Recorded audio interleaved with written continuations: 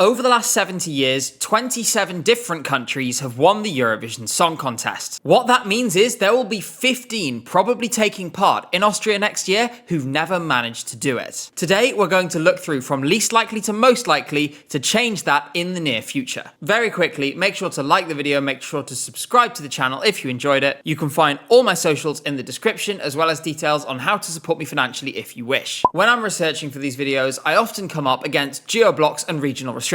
Luckily, I can get around those with today's sponsor, Surfshark VPN. Surfshark has over 3,200 servers in more than 100 countries, and they're high speed, so you'll never have to deal with buffering either. If you're in the US, you can use Surfshark VPN to watch recent Eurovision shows on YouTube rather than having to go through Peacock instead. Surfshark saved Eurovision fans money at the contest this year as well. With Basel sitting so close to the French border, just jumping on Surfshark and setting your location to France meant that you could get cheaper prices on French train tickets. In addition to that, with data companies and corporations gathering as much information about us as they possibly can, Surfshark can give you peace of mind. It does that by blocking ads and trackers, as well as keeping all of your web activity anonymous. I can't recommend Surfshark enough, but there is a 30-day money-back guarantee as well, just in case it's not for you. Go to surfshark.com/ESCGabe or use code ESCGabe at checkout to get 4 extra months of Surfshark VPN. Now it's time to get to it, and before someone asks me why certain countries aren't here that have participated in the contest in the past, bear in mind I'm only going by current participants or countries where there is forecast to be a 50% or more chance of them participating next year, according to this model. The long and short of that is the countries we're choosing from here are the 37 that are in the contest now, plus Moldova. Sorry Morocco fans, today won't be your day. With that, it's time to start, and we're working our way up from 15th place. Today, that last spot is taken by Montenegro. Montenegro and Eurovision just don't seem to particularly go well together. They've only ever made the final twice, both times more than a decade ago, and they've never finished higher than 7th in a semi-final. For a lot of countries in this video, winning is far from their minds, and in some cases, not even a desirable outcome, predominantly for financial reasons. That is definitely the case here. Montenegro has only managed to scrape together the money to participate a handful of times over the last decade, and it's only just finding its feet again after returning in 2025. As well as that, their national final simply doesn't have the quality as of yet to produce a Eurovision winner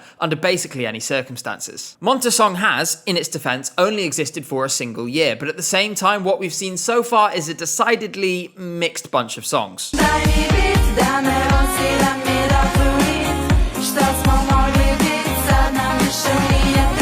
In addition to that, they're choosing from a tiny pool because they only even received 32 submissions. This process just doesn't have the maturity yet to produce results, and it'll take some years before it's able to do so. With half the Balkans not even in the contest, there's a lot of potential friends and a lot of potential televote points missing for Montenegro as well. Right now, even a single final appearance would be a massive success, so they're going down as the least likely to win of these countries in the near future. Next up, in 14th place, is San Marino, only just above Montenegro by the skin of their teeth. Don't get me wrong, I love the enormous, ridiculous selection that attracts artists as diverse as Loco, Boombox, and Gabri Ponte, but we have to be real here and say that this format has a 99% chance of never producing a winner. The vast majority of established and relevant artists simply wouldn't participate in a show of this style. There's just not enough of a guaranteed positive outcome, and Senate can't throw hundreds of thousands of dollars at Flowrider every year. The broadcaster simply doesn't have the budget to put together something of a high enough level to challenge at the top of the scoreboard. San Marino's best result is actually even worse than Montenegro's. They've never finished above 19th, and that was with everyone's favorite Turkish dentist. San Marino always massively struggles to get anywhere, especially with the televote. And as a consequence, even qualifying has become a problem since the jury influence was removed from the semi-finals. Even in 2025, with what is broadly considered to be one of their best entries of recent years, they only qualified because they scored a maximum 12 points from Italy, which was unsurprising given they literally sent the Italian national selection's theme song. With all of this in mind, I genuinely considered putting them dead last in this video. There is one tiny tiny thing that saved them from that fate, though. That is that San Marino seems to have the potential to do something so utterly random at any point that they might accidentally win the contest one year by pure chance. There is a tiny, tiny little sliver of hope that something bizarre could happen. Some enormous music star could come in and say they want to participate and then win the whole thing. But it is exceptionally unlikely. Next up on the list, and still very unlikely to win the thing, is Georgia in 13th, who are absolutely useless at Eurovision and have been ever since the mid-2010s. The bizarre thing is, it didn't used to be that way. Georgia qualified for the final and finished in the top 12 in every single year from 2007 to 2011. The only blip in that run was a disqualification in 2009 for the world's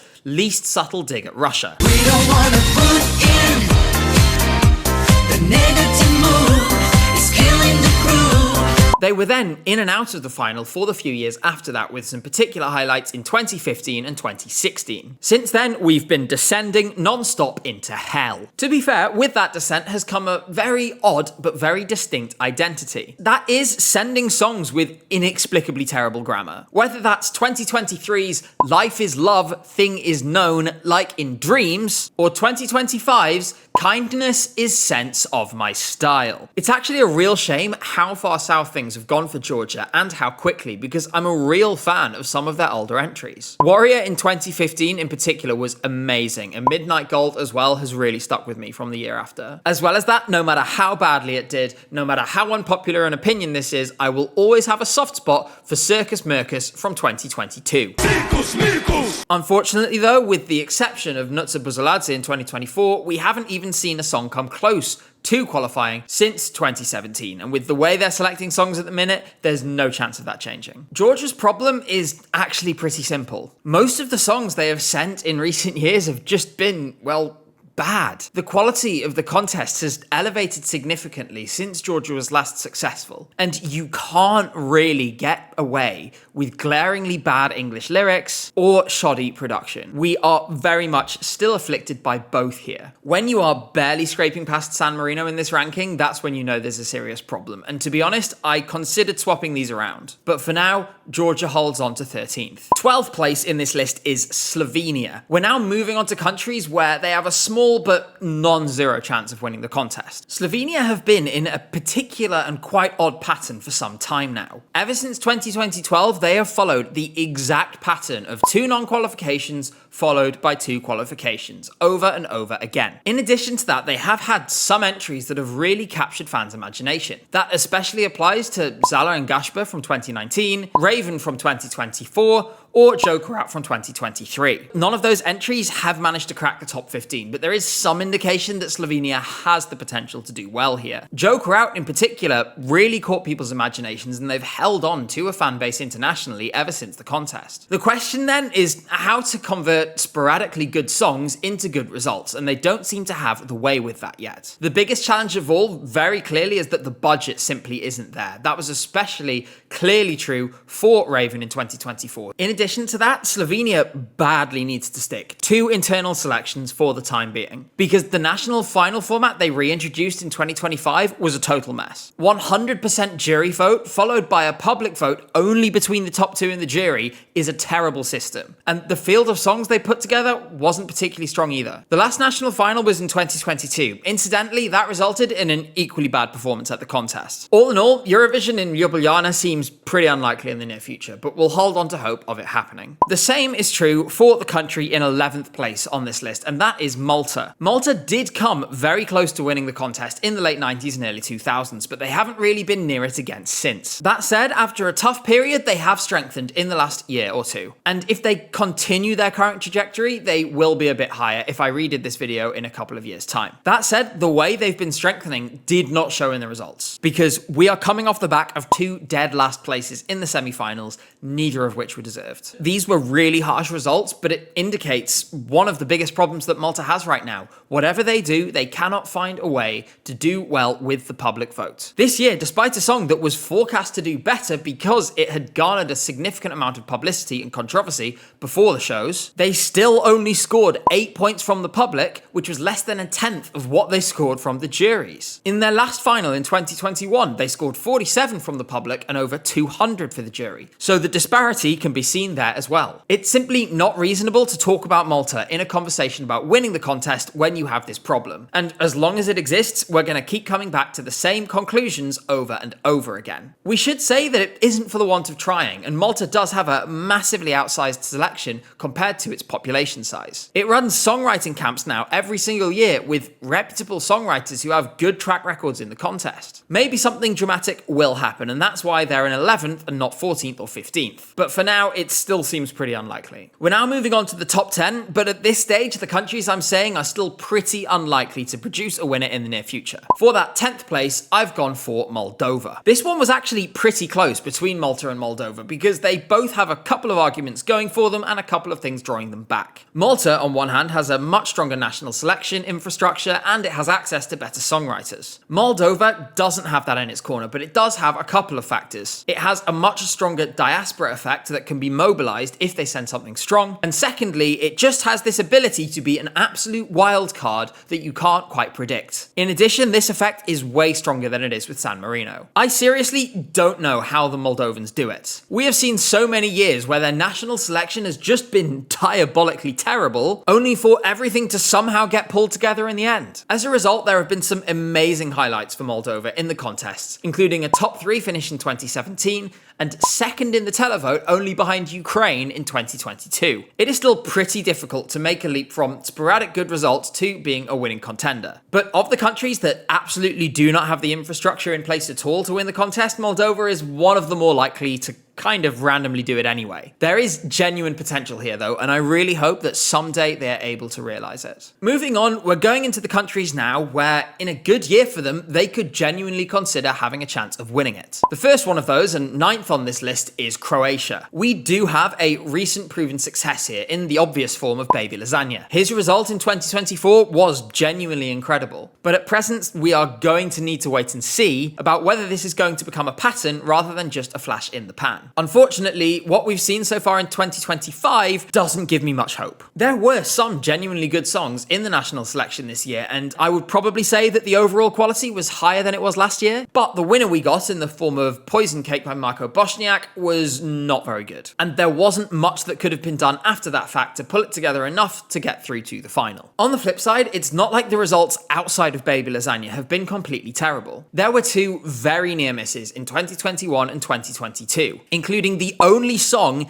ever to have placed in the top 10 with both the juries and the public in the semi-final and still somehow not qualify. In addition to that, 2023's result with Let 3 was really solid as well. Croatia have demonstrated that with the right artist and the right song, they can convert it into a good result. I just worry that the kind of showstopper that we got in 2024 was a freak rather than by design, especially considering he didn't initially even make it into the national final. Overall, Croatia is on the right track. Their national final is making incremental improvements, and their recent results have been fairly good. They are in a position where they can take advantage when opportunities come. I just need a little more convincing that there's going to be another one of those at any point in the near future. As a result, I'm holding them lower on this list than I would like for now. Next up in 8th, we have Australia, and putting them this high might be a little controversial. The last 2 years' results have been difficult, given that they came 11th in the semi-final and missed out on the final by a whisker in both cases. But in the 2 years before that, they finished 2nd and 1st in their semi-finals. They even bagged a top 10 finish overall with Voyager in 2023, and it could have been even more if it weren't for the fact that everyone who was voting for a rock or a metal song voted for Cha Cha Cha instead. There is an ongoing concern with Australia in the contest, where it feels like the interest level from the broadcaster has maybe fallen away a bit. As a result, so is their chances of continuing to participate, let alone win the whole thing. In the first few editions where they were in the contest, they were genuinely a powerhouse, and they nearly won it all in 2016.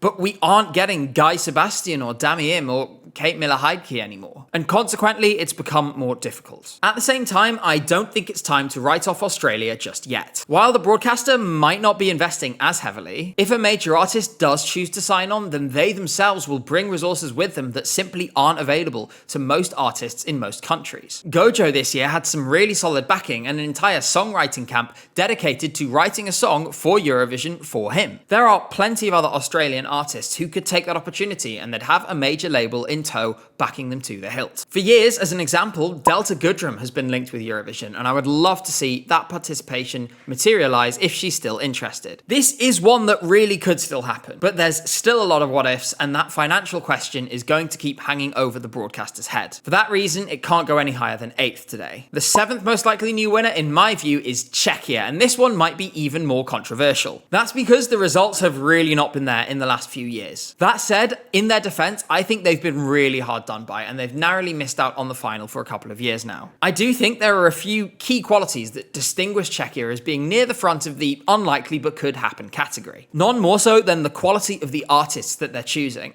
Domi, Vesna, Aiko, and Adonis all have really interesting sounds. And especially in the case of Aiko, they have really strong discographies to back them up as well. If you haven't already, I would really recommend going to give a listen to some of her other music. Fundamentally, what these choices show us is that their artist engagement and selection process is clearly very effective. We've not really had a bland choice from the Czech Republic since the mid-2010s. And as a result, they've carved out this interesting niche. There are others who've gone their own way in a similar fashion and to great effect. Portugal really doesn't care what anyone else thinks of what it sends, and does essentially whatever it wants. Essentially, the moment they stopped caring what everyone else thought, they immediately won the contest in 2017. Naturally, that doesn't mean the Czech Republic are about to, but it does show that if you're just really true to yourself and authentic, it can get you far. There are, of course, some key constraints that stop Czechia going any higher than 7th on this list. Chief among them is the financial constraints. It's no coincidence that we always see minimalistic staging from the Czech Republic, and it's for the simple fact that there just isn't that much money available to do anything more complex. They've delivered some effective shows in my opinion, especially in 2023 where their work resulted in a top 10 finish. But it just makes it so much harder to extract the best possible result from a song and an artist when you're essentially playing with one arm tied behind your back. Eurovision in Prague would be magical, and I genuinely believe that the Czechs do want to win the contest. So let's hope they stay and let's hope that comes true. But for now, there are 6 countries more likely than them to grab their first win. Next on this list, and in 6th place, is Cyprus. And we're now into the section of countries where I think there is a decent chance that they could win at some point in the near future. In many cases, these countries have had close calls already. You can't talk about Cyprus in Eurovision without mentioning Eleni Ferreira, who of course came extremely close to winning the whole thing in 2018. Honestly, I don't think that there's anything to suggest that that isn't possible again. Greece and Cyprus essentially share a fate at Eurovision. What this means is we can measure some of the potential success of one based off of the other. And looking at the strength of Klavdia's result for Greece this year, it's clear that the European public and juries can and will connect to Greek language music and Greek culture. I do have one request for Cyprus here though. Please just give us something more authentic. You can't keep trying to replicate 2018 or just buy something else out of Dimitris Kontopoulos' cabinet of horrors. When it's not that, it's buying off the shelf from Nordic pop songwriters instead, who I can absolutely guarantee wanted those songs in Melodifestivalen or MGP in Norway first. You are getting their sloppy seconds. The Greek and Cypriot music scenes are so vibrant and have absolutely boundless potential. Hence Cyprus's quite high position on this list. But with that in mind, we desperately need a change in strategy of how they select their entry over the next few years. If they did that, they'd go from a possible winner to a probable one, and then they'd be near or at the top of this list. For now, they are their own worst enemy. We're now entering the top 5, and we're starting there with Iceland. Of all the countries on this list, Iceland is the one that I most think shouldn't be here. I am absolutely certain that they would have won in 2020 in a big landslide had the contest not been cancelled. That said, there may be some questions for me about why they're so high, given that outside of 2019 and 2021,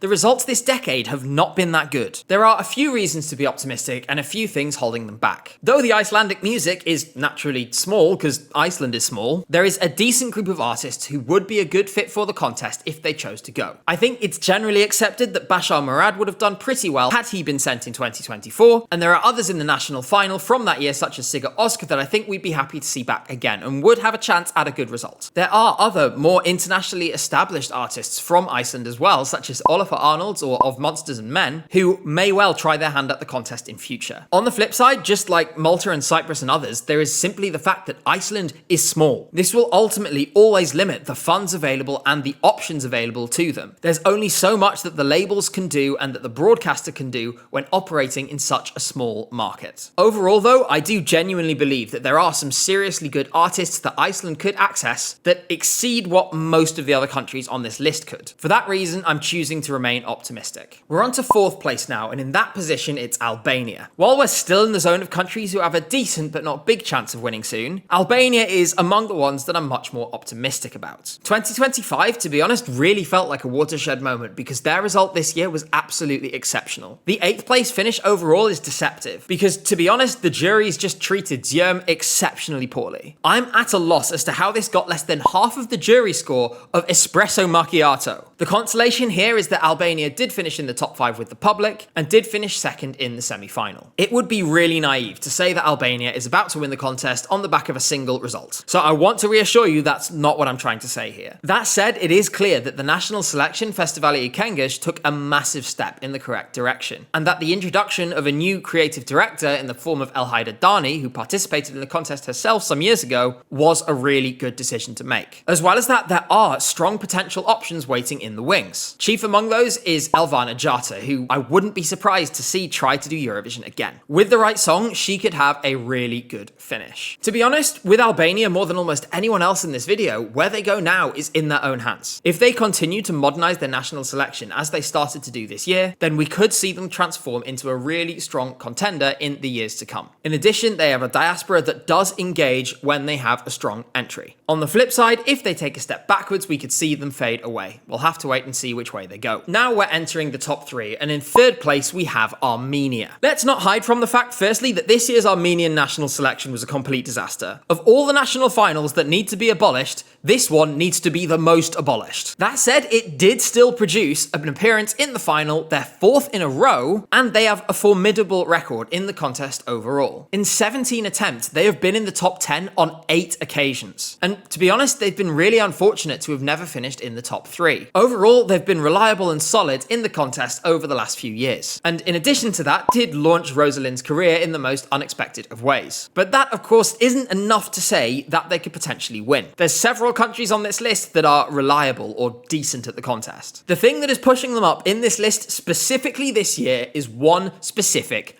artist. That's Baby No Money. I have no idea if this guy is still interested in doing Eurovision, but he embarked on a major publicity campaign earlier this year to try and lobby the Armenian broadcaster to select him for 2026. I cannot understate how insane Armenia would have to be to not take him up on this offer if it's serious, because he would be one of the biggest stars to participate in the contest for years. In addition to that, I genuinely think his music is so well suited to Eurovision, and a high finish, especially in the public vote, would be essentially nailed on. Tommy Cash demonstrated this year that with that style of music and in the right circumstances, you can challenge right at the top of the scoreboard. And if Baby No Money brought the right song in 2026, we could find ourselves heading to Yerevan in 2027. For this specific year, that has to factor into my consideration, and that's why Armenia is 3rd on this list. It's time for 2nd place now, and we're on to the section, a small section, where I think the first win for these countries is imminent. 2nd place on this list is Lithuania. The last 5 years for Lithuania have been extremely consistent. Every single entry is placed between 8th and 16th on the scoreboard, and in the last couple of years in particular, really feels like they should have been higher. Lithuania has a lot of elements in its favour at the moment. The national selection at this point is going from strength to strength, and the sheer number of quality songs is really exceptional, especially for a country of only 2.8 million people. There are probably a few too many songs in there, but for the quality of the show, I'm gonna let that slide. And I can hardly complain about the fact that the national selection is so popular in Lithuania that the broadcaster wants to make more shows. The other big boost that Lithuania has in its favour at the moment is a really strong voting bloc. At this moment in time, it's probably at its strongest ever. You can count Latvia, Poland, the UK, Ireland, and Ukraine as 5 of the countries who are at the core of this, and who are at present most predisposed to give a significant additional number of points to Lithuania. Estonia and Georgia, to a lesser extent, have also been reliable sources of points in the last few years. All of this serves to give Lithuania a massive head start, and it massively increases the chance of taking the opportunity to win when it comes along. They have the infrastructure and they have the song quality, and a set of friends predisposed to vote for them when the right song is there. As such, they have the ingredients to win and the ingredients to do it soon. Now it's time for the number one most likely first time winner. And I do wonder whether choosing this over Lithuania may be something that quite a few people disagree with. So please do let me know in the comments. The most likely first time winner of Eurovision at this stage is Poland. Poland's national final took a big step forward this year, both in terms of the quality of the songs and in terms of the format. As a result, we had a whole series of entries that would have fit right in at Eurovision and comfortably made it to the final. The great thing about this is that success generally breeds success. A better produced and better put together show will attract better artists and better songs. In turn, there'll be better results, which means the show will be better produced,